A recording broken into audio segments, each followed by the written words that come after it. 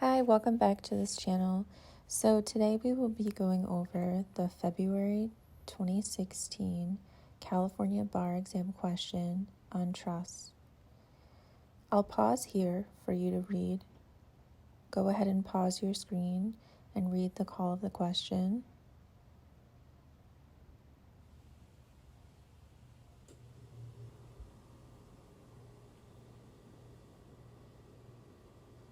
Okay, let's begin. This question has two parts. What interests, if any, do Dot, Sam, and or Bob have in the house and the ranch? Discuss. Question 2. What duties, if any, has Sam violated as trustee of the testamentary trust? And what remedies, if any, does Bob have against him? Immediately, you can break this question into three parts. What interest does Dot have? What interest does Sam have? And what interest does Bob have? The second question can be broken into two parts. What duties has Sam violated? And the second part, what remedies does Bob have against Sam? Here's a selected answer that the California Bar Examiners have selected as a top scoring answer for this question. The first thing to note is that this question has approximately 1,700 words. And you get about 1 hour to answer this question. This person in particular followed an IRAC format, that is issue, rule, analysis, and conclusion. Their issue is in the heading, valid trust. They used subheadings and underlined the subheadings, then stated the rule. A valid trust is created when a settlor has the intent to give property. Another thing to note is that they gave their rule as a block rule, and they stated the entire rule and then analyzed it and gave the conclusion. So what I've done is I've highlighted the rules in green, I've highlighted the conclusion in blue, and I've left the analysis unhighlighted. In this first part, you'll see they used a subheading underlined. The subheading is valid trust. A rule statement. The indicator here to indicate the beginning of the analysis.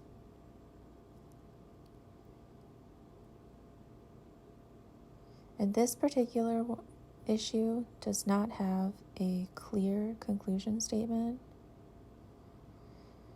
Their conclusion is ultimately Wendy created a trust which had an ascertained beneficiary, her sister, and named herself and her daughter Dot as a trustee. This next issue, you'll see that there's a more clear conclusion statement. Again, the issue, revocation, termination of trust, clearly stated in its own paragraph and underlined. A rule statement, a trust can be revoked if the settlor is alive and has explicitly reserved the right to revoke the trust. Otherwise, it can only be terminated if the material purpose of the trust have been fulfilled.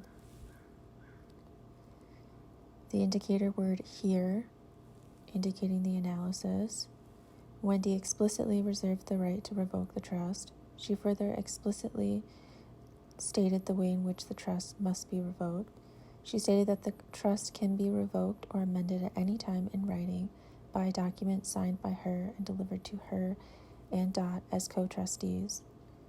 Wendy later executed a valid will explicitly revoking the trust. This satisfies the writing requirement. It can be assumed that the will was delivered to Wendy because it was found at her death. However, the will was not delivered to Dot. Dot and Sam were both surprised to find the will at Wendy's death, and it seems were surprised by its contents as well. it seems Wendy never gave Dot any other writing indicating the revocation of the trust or informed her verbally.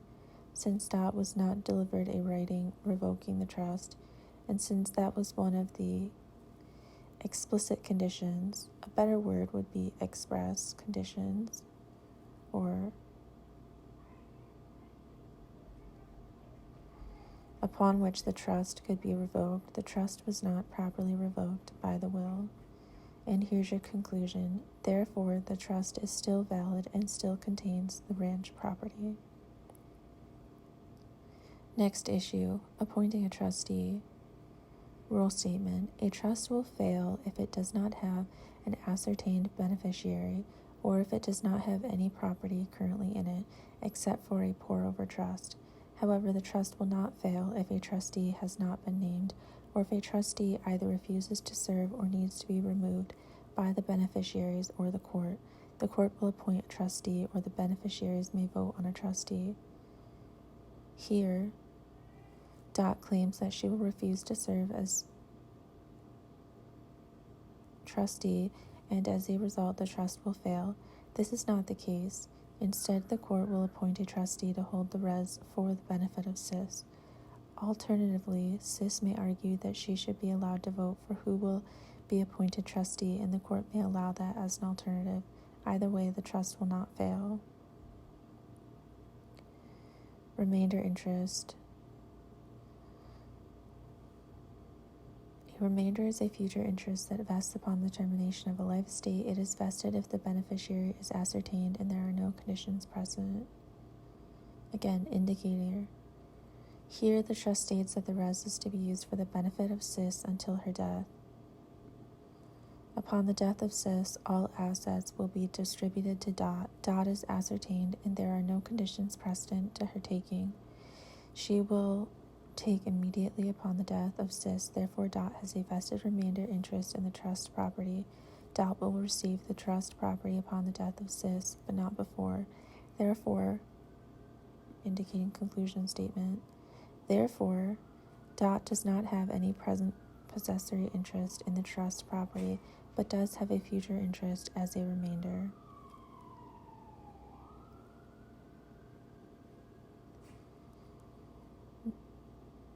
This is the analysis for Sam's interest. Again, they started with whether the will was valid. Next issue was pour-over trust.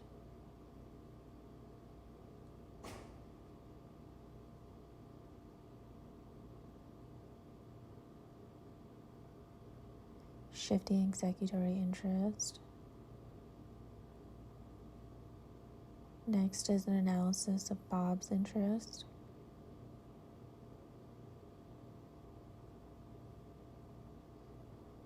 These topics, if you're just now studying trusts and have not studied property, or if you've forgotten some of this from property, this shifting executory interest, present possessory interest, you'll find all in the property outlines. So if you're going through this right now and you don't remember what an executory interest is, you don't need to go back and learn it. Just wait until you start studying property and it's within your property outlines. For now, we're really just focused on whether there was a valid trust created and who the beneficiaries of that trust are.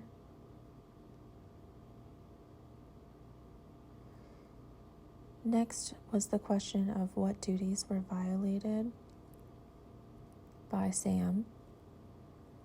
And as you've learned from your outline, a trustee has specific duties, such as the duty of loyalty, duty of care, duty to invest, duty of impartiality, duty to inform beneficiaries. And each of those duties are listed here as an issue. And then the rule, trustee has a fiduciary. Well, a trustee as a fiduciary has the duty of loyalty to the trust. He has the duty to act in a reasonable manner to ensure the best interests of the trust beneficiaries. Okay, next we'll go over the second call of the question, which is what duties did Sam violate and what remedies are available? The duties that Sam violated are the duty of loyalty, duty of care. Here this person wrote duty to invest and duty of impartiality. Going over duty of loyalty, again, there's a rule statement. A trustee, as a fiduciary, has the duty of loyalty to the trust. He has a duty to act as a reasonable manner to ensure the best interest of the trust.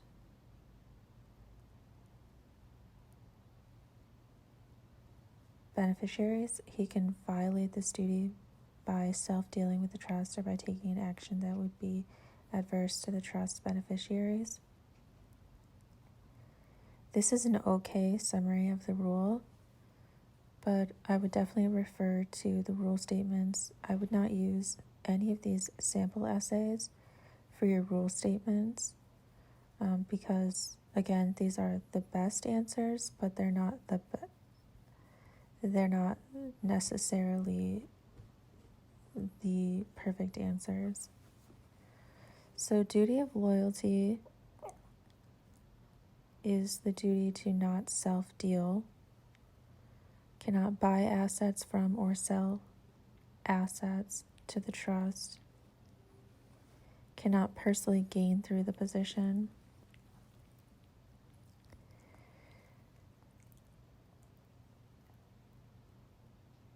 In summary, the duty of loyalty is the duty to not self-deal. Here, Sam has engaged in self-dealing of the trust property. He has sold the house to himself in his individual capacity. Although he sold it at fair market value, this is still a breach of the duty of loyalty. It is never considered reasonable for a trustee to engage in self-dealing.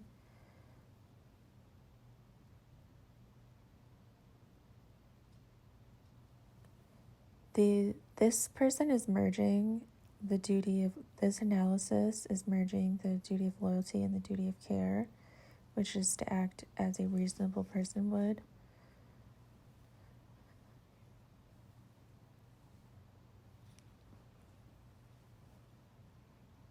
He has the duty to use any special skills he may have and to treat the trust property as his own in his care for it. Here the duty of care was broken because it is not reasonable for a trustee to sell assets of the trust to himself. It is further unreasonable. Well, maybe a better answer is violated the duty of care because he didn't get the best offer. He didn't offer that sale to anyone else.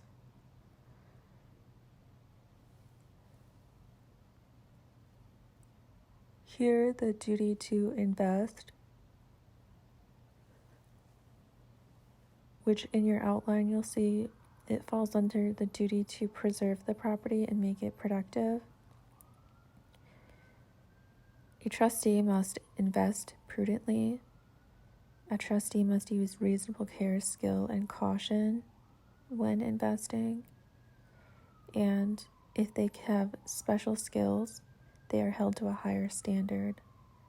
They must diversify the investments, and the investment decisions may be delegated if a prudent trustee would do so. That's the rule statement from your outline. Here they gave kind of a jumbled one, but this is towards the end of the essay, so the answers can get a little iffy. This is their analysis. Here, Sam did not diversify the investment. He invested all the true assets into a single business.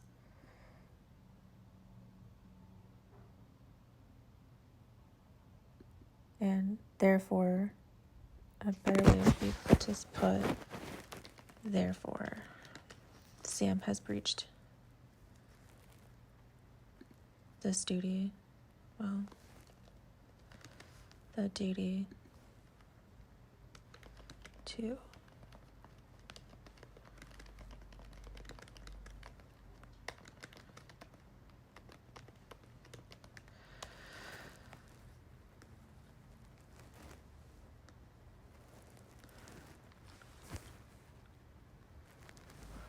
Now let's cut down as the remedies.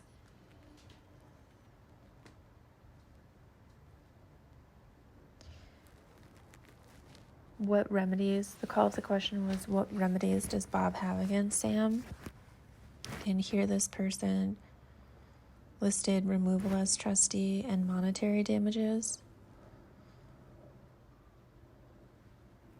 A trustee who breaches his duties may be removed as a trustee. A trustee can also be removed for other reasons, such as death or incapacity, or if a serious conflict exists with the beneficiary. Here, Sam has breached a number of his duties, as discussed above. Therefore, Bob may seek to have him removed as a trustee, and the court will likely approve it. Just going further into removal of a trustee, otherwise, a trustee cannot be removed without cause, and some of the things that a court deems to be cause.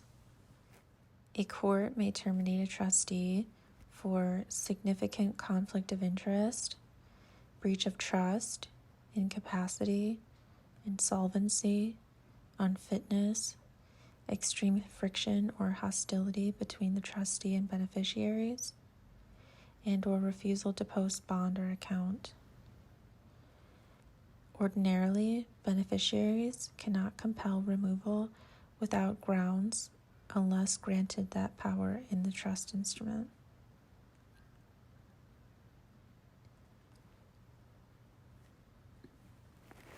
Monetary damages. A beneficiary is entitled to seek monetary damages from a trustee who has breached his duty. He can seek damages that the trust would have been entitled to absent the breach. There's actually 3 things that that Bob could do, and that is, he could set aside the transaction, he could recover the profit,